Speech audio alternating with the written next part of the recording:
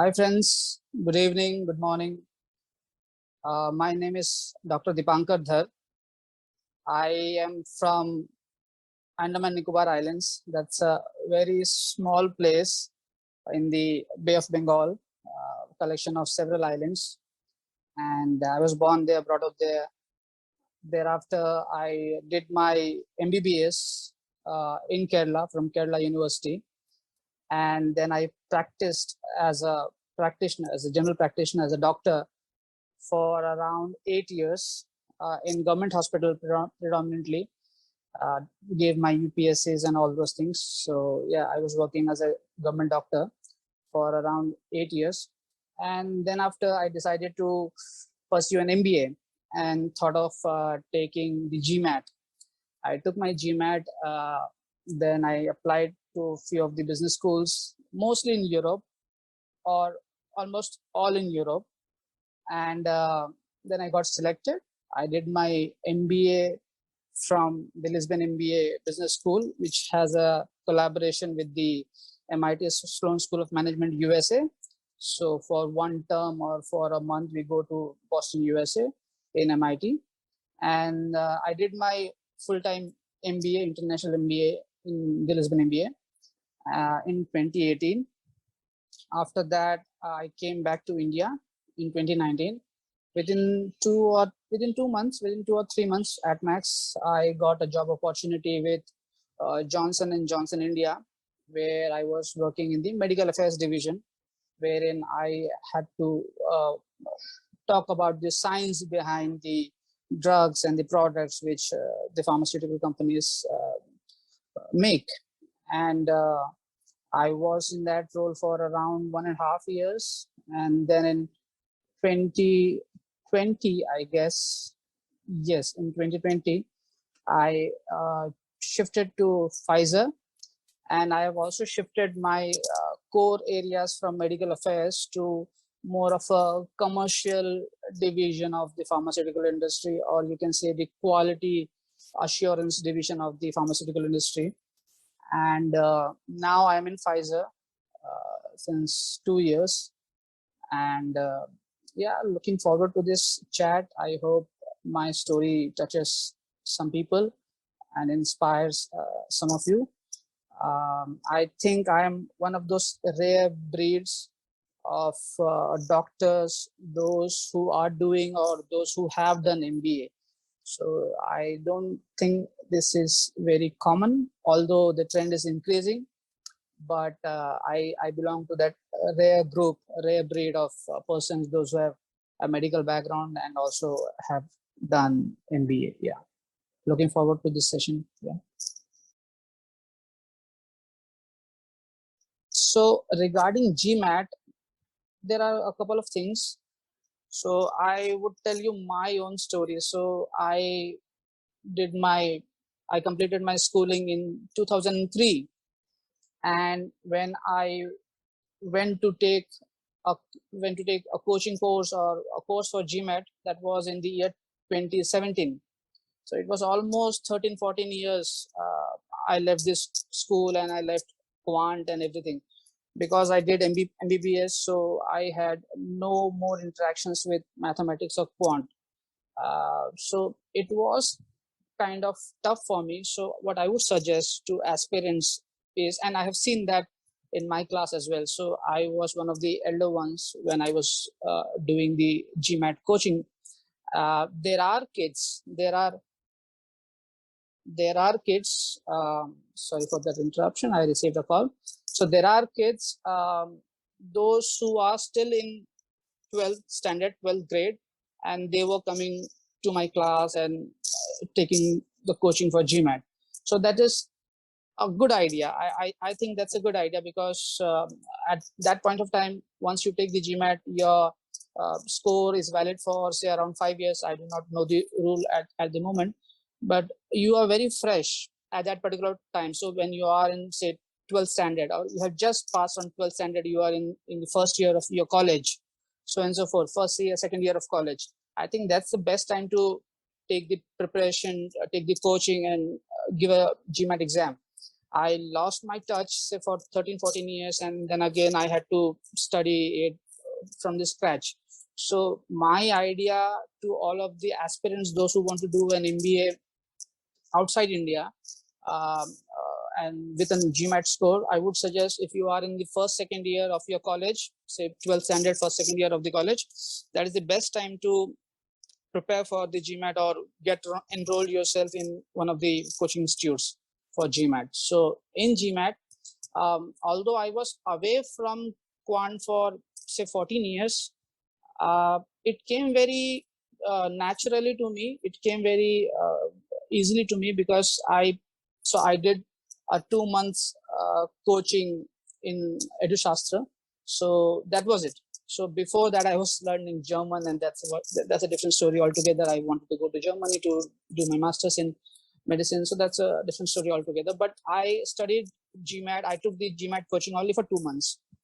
But when I was taking the coaching classes, because of the teachers and because of the whole scenario, because of the PS I was studying with, quant was very easy to me and it came very natural to me. I thought verbal, the English part would also be very easy, but somehow I do not know, I was not scoring up to the mark the way I was expecting myself to do. So, but then I realized I was committing a mistake repeatedly when I was giving mock tests while preparing the GMAT, and after 2 months of coaching, I was giving mock tests. So what I was doing in the reading comprehension sections and in different sections in the verbal part is I used to go through the passage at a go. I just wanted to finish the passage. That is all. I somehow thought that if I, because that clock is ticking and I have limited amount of time, so I just wanted to rush through the passage, and that was the mistake I was making. So what I was to do, I was to read the passage very quickly, go to the questions, and then I was totally blank. So I had no idea, and I could not correlate the questions with the passage written on the left hand side. Then I realized during the mock test that that is not a good strategy to incorporate, because you are wasting time and then you do not know the answer. Rather, I would suggest is take a little more time, read it slowly, read the passage slowly, take a little more time while reading it, and once you try and understand at the first go, take a little more time, and then when you do that, when you come to the questions, almost say if there are 4 questions, you would be easily able to answer 3 out of the 4 questions, because you have understood the passage very well at the first instance. And for the remaining 1 question, you can again go back and look at the passage. Many of the times I could answer all the 4 or 5 questions in the passage at one go. So that is that was the strategy which I incorporated in my studies and my approach to getting the GMAT done. And at my time when I was giving the GMAT, I remember there was a the course, the attempt or the flow of the test was fixed.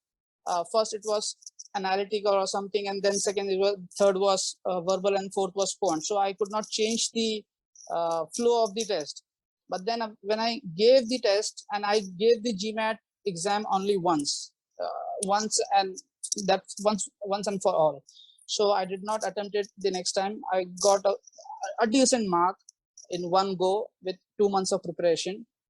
And then after I finished my exam, I got to know that now one can opt for the flow of the exam which you would be giving. So one can take the verbal first or quant first or something of that. So some rule was changed at that particular time. I do not remember it correctly. It was 2017. So if you want to take one section before, which you are comfortable with, do that. And regarding that was the whole GMAT prep. So when you are in the coaching institute, learn properly, engross yourself in the lectures, study with your peers, utilize the time to the fullest, because that is what I did. 2 months complete dedication. And then I did not keep it in my backyard that I would be, I should prepare a little more, and then I will be giving my test. No, So I just thought that whatever I prepared, I should give a test and see the results and then take it forward. So I did that. That was my approach, and I would also suggest all of you to do the same.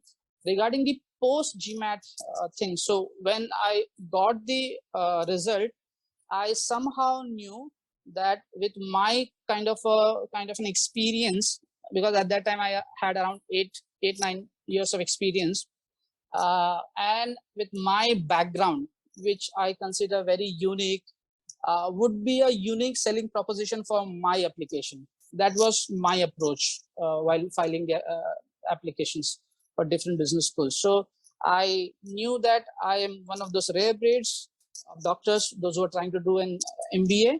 So I took my marks, and then it was around August, September, and by that time already almost all these schools had finished their application process and due date was already over.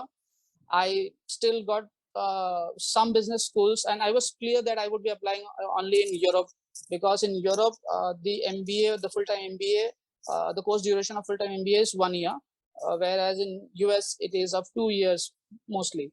So I was clear that I wanted to stay out of the job market for 1 year, and that was it. So that was my whole strategy, and hence I chose the business schools in Europe. And I applied to a few. I applied to, I guess, Rotterdam, Rotterdam in Netherlands, which is also one of the top 100 business schools ranked in the Financial Times rankings. I applied to Lisbon MBA. I applied to Berlin. I think I applied to these 3 schools because I was already late for the 2018 session. I wanted to get into the 2018 Jan session. So you can imagine I only had 4-5 months before the session starts. So I applied to all those 3, and in Berlin they said they have already closed the application process and they would be keeping a profile for the next year. That's fine. Rotterdam gave me an offer. They gave me an admission, an offer as well, and the Lisbon MBA also gave me an offer. But then I chose Lisbon MBA for different reasons, because it had association with MIT Sloan School of Management, and they had visiting professors from MIT Sloan School of Management. I would get an opportunity to visit the campus and study there, so on and so forth. Also, it was relatively cheap than the Rotterdam Business School, and the affordability factor. So Lisbon is more affordable than, I guess, Rotterdam. So that was the whole idea to choose the Lisbon MBA. And while putting your application, one thing I believe one should do is to be really honest with your stories.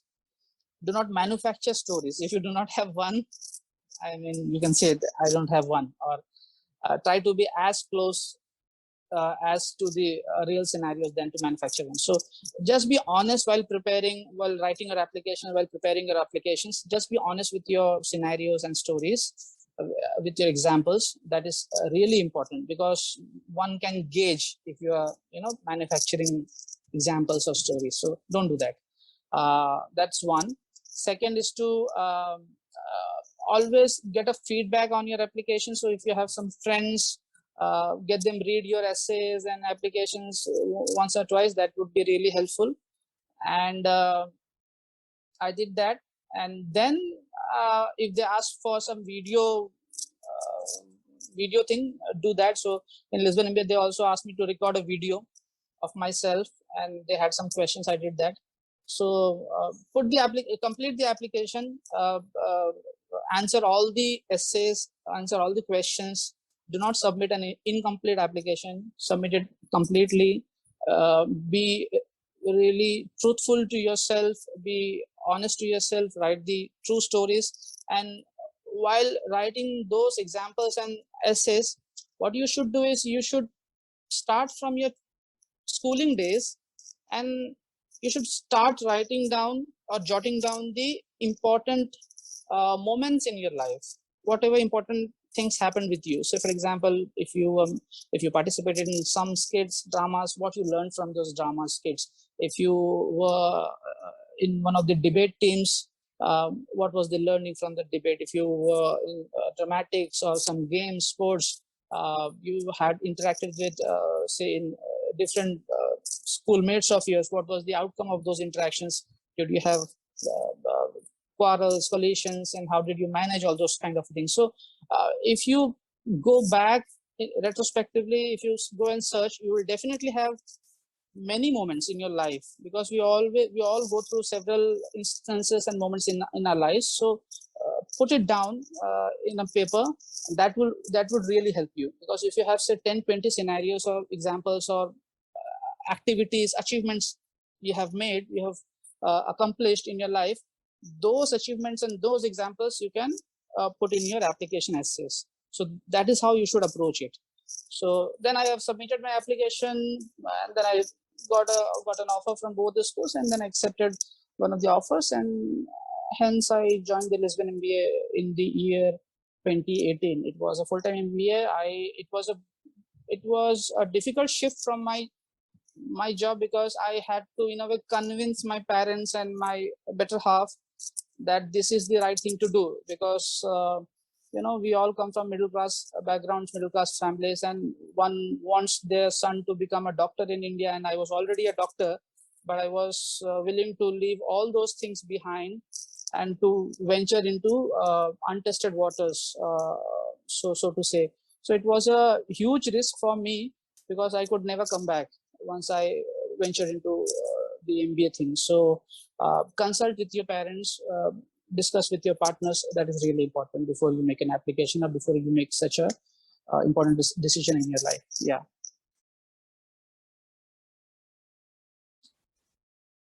Lastly, but not the least, regarding the coaching institute which I have attended, it's EduShastra in Delhi.